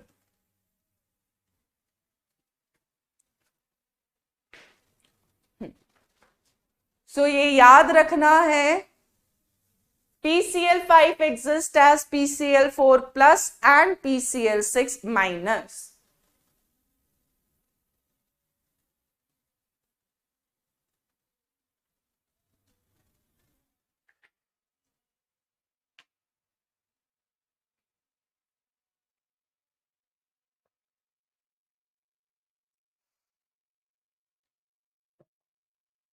चलें, सो ये कुछ इंपॉर्टेंट चीजें हैं जो PCl5 से पूछी जाती है। एक, उसके स्ट्रक्चर के बारे में, दूसरा सॉलिड स्टेट वाला, ये भी सवाल बहुत बार आता है, बहुत बार, और ये इक्वेटोरियल और एक्सियल वाला तो बहुत बार आता है कि सवाल कैसे आता है कि are all PCl bonds in PCl5 equivalent, तो याद रखना है no, all 5 PCl bonds in PCl5 are not equivalent। जो 3 इक्वेटोरियल वाले वो आपस में बराबर है, 2 एक्सियल वाले आपस में बराबर है, पर एक्सियल वालों की बॉन्ड लेंथ क्या होती है, ज्यादा होती है। बेटा ऑक्टा का मतलब 8 नहीं होता, ऑक्टाहेड्रल 6। जब हम शेप करेंगे, कोऑर्डिनेशन कंपाउंड्स में भी करेंगे, आपने 11th में भी करा है, ऑक्टाहेड्रल ज्योमेट्री में 6 बॉन्ड पेयर्स होते हैं, 6, 8 नहीं होता। वो बचपन वाला मैथ्स था जहां पे आपने ऑक्टागन में 8 पढ़ा था, पर यहां पर ऑक्टाहेड्रल का मतलब 6 है। चलिए फटाफट से वाले 2 क्वेश्चन करे, और ये पुराने रिएक्शंस पर बेस्ड हैं। This is example 7.7, this is example 7.8। लो यार ये आ ही गया। So why does PCl3 fume in moisture, तो जब हम PCl3 को पानी यानी मॉइस्चर के साथ रिएक्ट करा रहे हैं, तो एक तो हमको क्या मिल रहा है यार, H3PO3, और साथ में क्या मिलता है हमको, HCl। ठीक है, बैलेंस कर लेते हैं, 3 और 3 और इधर 3। सो HCl की वजह से हमें क्या मिलती है, यहां पर वाइट फ्यूम्स मिलती हैं। So because of the formation of HCl, PCl3 क्या करना स्टार्ट कर देता है, देवांश गोयल बिल्कुल सही, सही आंसर दिया, सही आंसर दिया। So PCl3 hydrolyses in moisture and forms एक तो H3PO3 प्लस HCl, और HCl के बनने की वजह से आपका क्या बनना स्टार्ट हो जाता है, फ्यूम्स बनना स्टार्ट हो जाती हैं। सो HCl की वाइट फ्यूम्स, वाइट धुआं एकदम से आने लग जाता है जी। चलिए next, are all the 5 bonds in PCl5 molecule equivalent, justify your answer. तो यहां पर हो जाएगा नो, आप जस्टिफाई कर सकते हैं। जो एक्सियल बॉन्ड्स होते हैं दे सफर मोर रिपल्शन than equatorial bonds। ठीक है, सो एक्सियल बॉन्ड्स जो होते हैं दे सफर मोर repulsion than equatorial bonds, due to which axial bonds are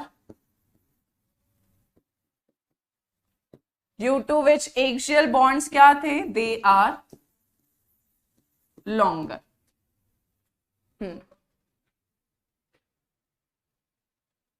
बहुत बढ़िया, वेरी नाइस वेरी नाइस। अभी हमने बॉन्ड लेंथ भी करी थी, तो हम बता सकते हैं जो एक्सियल वाले 2 PCl बॉन्ड्स थे, ठीक है, उसमें बॉन्ड लेंथ कितनी थी, 240 picometre. They were longer than the equatorial 3 PCl bonds, और इक्वेटोरियल में बॉन्ड लेंथ कितना था, 202 पिकोमीटर। सो PCl बॉन्ड्स मतलब PCl5 में जो PCl बॉन्ड्स पांचों है वो इक्विवेलेंट नहीं होते, 3 आपस में बराबर है 202 पिकोमीटर, 2 आपस में बराबर है 240 पिकोमीटर। एक्सियल वाला बॉन्ड जो है it is longer than equatorial. Very nice very nice. Arif Shaikh ने प्रॉपर पूरा आंसर लिखा है, no it had trigonal bipyramidal structure. बहुत बढ़िया, प्रॉपर आंसर, वेरी नाइस है। चलिए नेक्स्ट है in text question, what happens when PCl5 is heated. जल्दी बताएं भाई, जब PCl5 को हीट करेंगे तो क्या मिलेगा।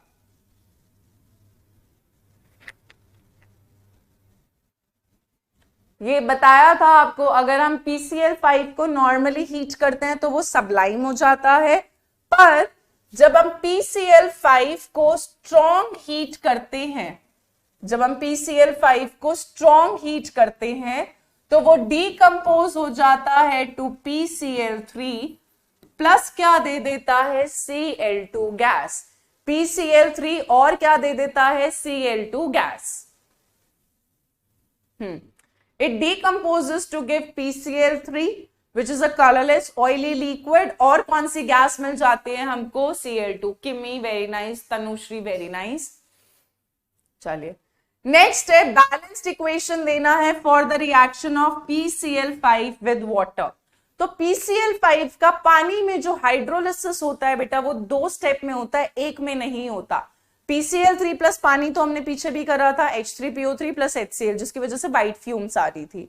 बट PCl5 जब पहले पानी के साथ रिएक्ट करता है, पहले फर्स्ट स्टेप में, तो क्या मिलता है आपको, POCl3, और साथ में क्या मिल जाता है, HCl। बैलेंस कर लेते हैं 2। तो पहले स्टेप में तो ये मिलता है, हाँ जी, पर अब फर्दर यार POCl3 फर्दर पानी के साथ रिएक्ट करता है टू गिव यू H3PO4। यहां पर फाइनली हमको कौन सा एसिड मिलता है, फॉस्फोरिक एसिड, और साथ में क्या मिल जाता है, HCl। बैलेंस कर लेते हैं, 3 3 6, और इधर भी कितना आ जाएगा, 3।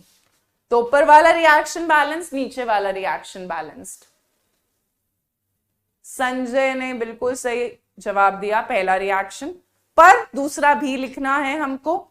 तो POCl3 पानी के साथ रिएक्ट करके फाइनली फॉस्फोरिक एसिड देता है और साथ में क्या देता है, HCl। सो पहले PCl5 plus H2O gives you POCl3 plus HCl. POCl3 further hydrolyzes to give you finally H3PO4 plus HCl.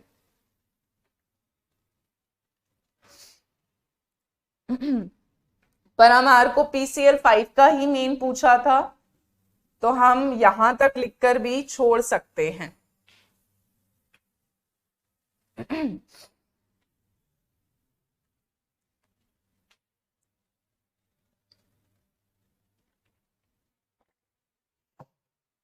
चलिए नेक्स्ट चल रहे हैं, ऑक्सो एसिड्स ऑफ फॉस्फोरस। देखो यार छोटा सा था, खत्म भी होने वाला है, पता चला नहीं पता चला। वेरी स्मॉल टॉपिक, ज्यादा है ही नहीं फॉस्फोरस में। एलोट्रोप्स, फॉस्फीन, PCl3, PCl5 और बस ऑक्सो एसिड्स खत्म, ग्रुप 15 खत्म हो जाएगा। चलो यार, ऑक्सो एसिड्स ऑफ फॉस्फोरस में जो मेन चीजें हैं वो ध्यान रखनी है।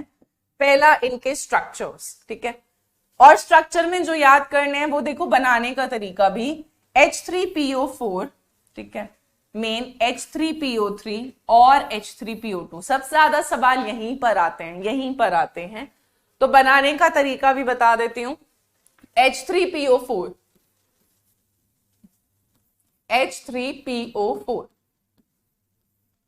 देखिए फॉस्फोरस बेटा कितने बॉन्ड्स बनाता है, 5, मैक्सिमम 5 बनाता है। P डबल बॉन्ड O तो बना ही दो, बना दो, 2 बॉन्ड बन गए, 3 और बनाने हैं, ठीक है। अब देखिए आपने एक ऑक्सीजन तो यहां लगा दिया, H3PO4 में से एक ऑक्सीजन यहां लगा दिया, कितने ऑक्सीजन बचे, 3, और कितने हाइड्रोजन बचे, 3, तो लगा दो यार OH OH OH, ठीक है, पहली चीज। दूसरा H3PO3, देखे H3PO3, ठीक है, ये किसका बना रही हूं मैं, H3PO3। पहले इनके सीखें, फिर से P double bond O, 5 bond बनाने हैं, एक ऑक्सीजन लगा दिया, 2 ऑक्सीजन बचे पर 3 हाइड्रोजन बचे, तो 2 तो हो गए आपके OH और एक तो क्या हो गया H, तो क्या हो जाएगा H3PO3। बात कुछ समझ आ रही है, नहीं, हाँ नहीं। अब देखिए H3PO2 का स्ट्रक्चर, फॉस्फोरस के 5 बॉन्ड बनाने, डबल बॉन्ड O, ठीक है, 2 में से एक ऑक्सीजन लगा दिया, एक ऑक्सीजन बचा और 3 हाइड्रोजन, तो OH H और H, ठीक है। अब क्या है, ये तो स्ट्रक्चर हो गए इनके। अब आते हैं नाम पर। नाम बहुत इंपॉर्टेंट है। ये है आपका ऑर्थोफॉस्फोरिक एसिड, जिसको हम फॉस्फोरिक एसिड भी बोलते हैं। H3PO3, एक ऑक्सीजन कम हुई तो इसको क्या बुला रहे हैं, ऑर्थोफॉस्फोरस एसिड, या फिर सिर्फ फॉस्फोरस एसिड भी बुलाते हैं। और hypophosphorous acid is H3PO2, H3PO4 orthophosphoric acid, H3PO3 orthophosphorous acid, H3PO2 hypophosphorous acid. पहले इतना, ठीक है। अब आते हैं इनकी बेसिसिटी। अब बेसिसिटी क्या होती है बेटा, बेसिसिटी होती है नंबर ऑफ रिप्लेसेबल हाइड्रोजन, यानी कितने हाइड्रोजन रिप्लेस हो सकते हैं, यानी कितने H+ देगा। अब देखिए जरा H3PO3 में देखिए, अगर हाइड्रोजन मोर इलेक्ट्रोनेगेटिव ऑक्सीजन से लगा है, ठीक है, जैसे कि यहां पे क्या है, मैं ऐसे समझा देती हूं। सो अब क्या है, ऑक्सीजन ज्यादा इलेक्ट्रोनेगेटिव है, ज्यादा इलेक्ट्रोनेगेटिव है तो ये क्या करता है, शेयर्ड पेयर ऑफ इलेक्ट्रॉन को अपनी तरफ खींचता है। इलेक्ट्रोनेगेटिविटी यही होती है ना, जो ज्यादा इलेक्ट्रोनेगेटिव होता है वो शेयर्ड पेयर ऑफ इलेक्ट्रॉन को अपनी तरफ खींच लेता है। यानी ऑक्सीजन शेयर्ड पेयर को अपनी तरफ खींच लेगा तो इलेक्ट्रॉन पेयर ज्यादा पास किसके होगा, ऑक्सीजन के, और H आसानी से निकल जाएगा, यानी H+ आसानी से मिल जाएगा हमको। तो अब देखिए H3PO4 में 3 हाइड्रोजन ऑक्सीजन से, कितने हाइड्रोजन ऑक्सीजन से जुड़े हुए हैं, 3 जुड़े हुए हैं, 3। तो H3PO4 की अगर आपसे कोई पूछे कि बेसिसिटी यानी ये कितने H+ देगा, तो कितने H+ देगा, हमको 3 देगा, 3। अब आते हैं H4P2O7, इसका स्ट्रक्चर भी देख लेते हैं एक बार। H4P2O7, ठीक है, पायरोफॉस्फोरिक एसिड, तो कुछ नहीं है यार, 2 फॉस्फोरस बना दो, डबल बॉन्ड O, ठीक है, 5 बॉन्ड्स बनाने हैं। और याद रखें यहां पर एक ऑक्सीजन ब्रिजिंग है, ठीक है। तो टोटल ऑक्सीजन कितनी लगा दी, 1 2 3, 7 में से 3 लग गई, यानी कितनी ऑक्सीजन बची, 4। और कितने हाइड्रोजन बचे, 4। तो चारों कौन से वाले ग्रुप हो जाएंगे, OH, और इधर भी क्या हो गया आपका OH, ठीक है। अब देखिए यहां पर देखो यार, यहां पर कितने हाइड्रोजन ऑक्सीजन से जुड़े, 1 2 3 4, यानी कि जो पायरोफॉस्फोरिक एसिड है, पायरोफॉस्फोरिक एसिड, इसकी बेसिसिटी कितनी होती है बेटा, 4 होती है, 4। टेट्रा बेसिक होता है, टेट्रा बेसिक बहुत कम एसिड्स होते हैं। पायरोफॉस्फोरिक एसिड H4P2O7 उसमें से है एक एसिड जो टेट्रा बेसिक है। तो H3PO4 आपका कैसा होता है, ट्राई बेसिक। ये कैसा हो गया, टेट्रा बेसिक। चलिए H3PO3 में देखें यार, 2 हाइड्रोजन है जो ऑक्सीजन से जुड़ी हुई है, यानी कितने रिप्लेसेबल हाइड्रोजन होंगे यहां पर, 2। तो बेसिसिटी यहां पर कितनी होगी, 2, यानी H3PO3 कैसा होगा, डाई बेसिक। और H3PO2 में तो सिर्फ यार एक ही हाइड्रोजन है ना जो ऑक्सीजन से जुड़ी है, एक ही। तो ये तो बेचारे की बेसिसिटी कितनी हो जाएगी, 1 हो जाएगी, 1। यानी कि H3PO2 कैसा एसिड होता है, मोनोबेसिक एसिड। कैसा एसिड होता है, मोनोबेसिक एसिड। एक ही H+ दे सकता है, एक ही H+ दे सकता है। इसके अलावा याद रखें, जितना हाइड्रोजन फॉस्फोरस से डायरेक्टली अटैच होता है उतना रिड्यूसिंग पावर ज्यादा होता है। दोबारा सुनो मैंने क्या बोला, जहां पर हाइड्रोजन फॉस्फोरस से डायरेक्टली अटैच होता है वहां पे रिड्यूसिंग पावर उतना ज्यादा होता है, उतना ज्यादा होता है। चलिए 2 और ऑक्सो एसिड्स हैं, इनसे सवाल बहुत कम आता है।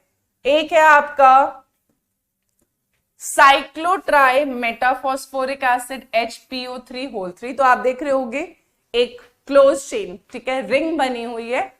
तो आप देखोगे सेम है यार, phosphorus oxygen, phosphorus oxygen, phosphorus oxygen.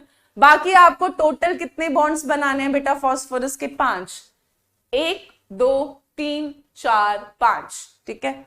और आखिरी है पॉलीमेटाफॉस्फोरिक एसिड HPO3 अब देखिए पॉली का मतलब है पॉलीमेरिक फॉर्म होगा, चेन जो होगा वो चलता जाएगा, चलता जाएगा, ठीक है। सो ये वाले हमारे लिए बहुत ज्यादा इंपॉर्टेंट नहीं है, इनसे इतना ज्यादा सवाल नहीं आता। नेक्स्ट आ रहे हैं फाइनली क्वेश्चंस पर विद द एग्जांपल्स। तो पहले करें एग्जांपल 7.9। ये बोल रहा है how would you account for the reducing behaviour of H3PO2 on the basis of its structure. तो H3PO2 जिसका नाम क्या था, hypo phosphorous acid, hypophosphorous acid. तो हाइपोफॉस्फोरस एसिड का स्ट्रक्चर बनाएंगे तो P डबल बॉन्ड O, एक OH, H और H। कितनी हाइड्रोजन डायरेक्टली फॉस्फोरस से जुड़ी है यार? There are two hydrogen atoms which are directly attached to phosphorus। और मैंने आपको बताया कि जहां पर हाइड्रोजन फॉस्फोरस से डायरेक्टली अटैच होगा, जितना ज्यादा होगा रिड्यूसिंग बिहेवियर उतना ज्यादा होगा। सो यहां पे हम लिख सकते हैं two hydrogen are directly attached to phosphorus and therefore reducing power of H3PO2 is high। ठीक है, H3PO3 में एक ही हाइड्रोजन होती है तो उसकी रिड्यूसिंग पावर कम होती है। H3PO2 में दो हाइड्रोजन फॉस्फोरस से अटैच होता है तो यहां पर क्या होता है बेटा, देखो बेसिसिटी है कि हाइड्रोजन निकल सके। तो बेसिसिटी तो इसकी एक है, ठीक है, बेसिसिटी तो एक है, बेसिसिटी 1 है, क्योंकि ये वाला हाइड्रोजन निकल सकता है, मोनोबेसिक है। पर रिड्यूसिंग पावर डिपेंड कर रहा है कि जब हाइड्रोजन फॉस्फोरस से डायरेक्टली अटैच्ड है।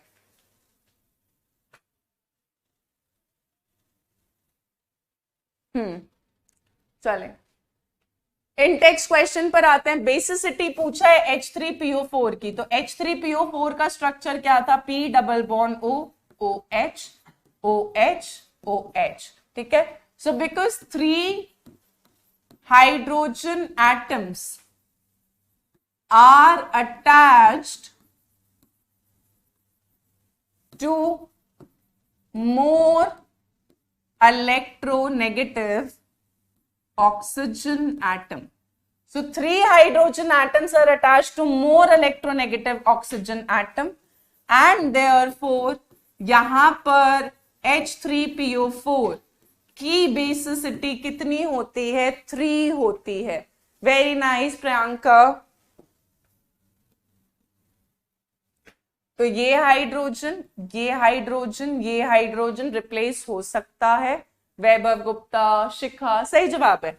तो H3PO4 की बेसिसिटी कितनी है, 3 है। ट्राई बेसिक एसिड होता है, ट्राई बेसिक 3 H+ दे सकता है। चलिए नेक्स्ट है what happens when H3PO3 is heated. ये बहुत इंपॉर्टेंट क्वेश्चन है, ये ऑल्दो मैंने आपको थोड़ा बहुत कराया था। तो H3PO3 को जब हम व्हेन H3PO3 इज हीटेड, यहां तक लिख लेना, इट अंडरगोज डिस्प्रपोर्शनेशन रिएक्शन।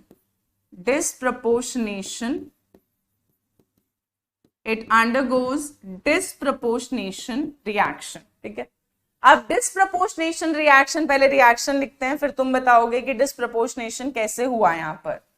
तो जब आप H3PO3 को हीट करते हैं, ठीक है, तो हमें मिलता है H3PO4 और साथ में क्या मिलता है, PH3। फटाफट से बताए डिस्प्रपोर्शनेशन रिएक्शन यहां पर कैसे लग रहा है।